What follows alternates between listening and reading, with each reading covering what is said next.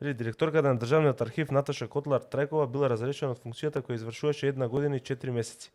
Таа за ТВ24 рече дека според неа поводот поради која е разрешена едно нејзино интервју во месец август со кој изнесувала критички став за македонските иселеници во Австралија.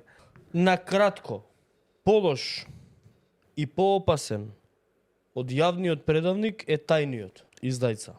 Се што викаат дека нема да прават и ќе спречат, се и повеќе од тоа прави владата на ВМРО ДПМН.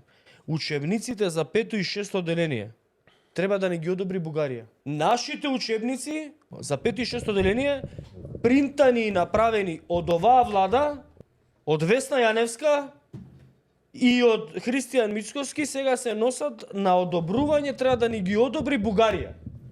Лавовски, патриотски, упичку материну. Ке арестурале они историската комисија со Бугарија. По 2000 евра. Паушали, за да преговараат за нашата историја. Нели многу јаки бе? Нема ни Европа нас да не уценува, ни бугарите да не уценуваат. Што бе нема? Ама гледате Наташа Котлар, она таму била зашо верувала и сега се уверила дека е во група на поголеми издајци и кодоши него тие што беа претходно.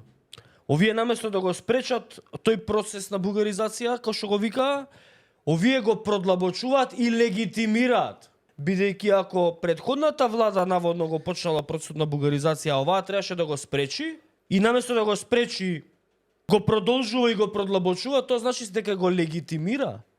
Се согласува со претходната влада. Нели овие патриотите ќе го спречеа?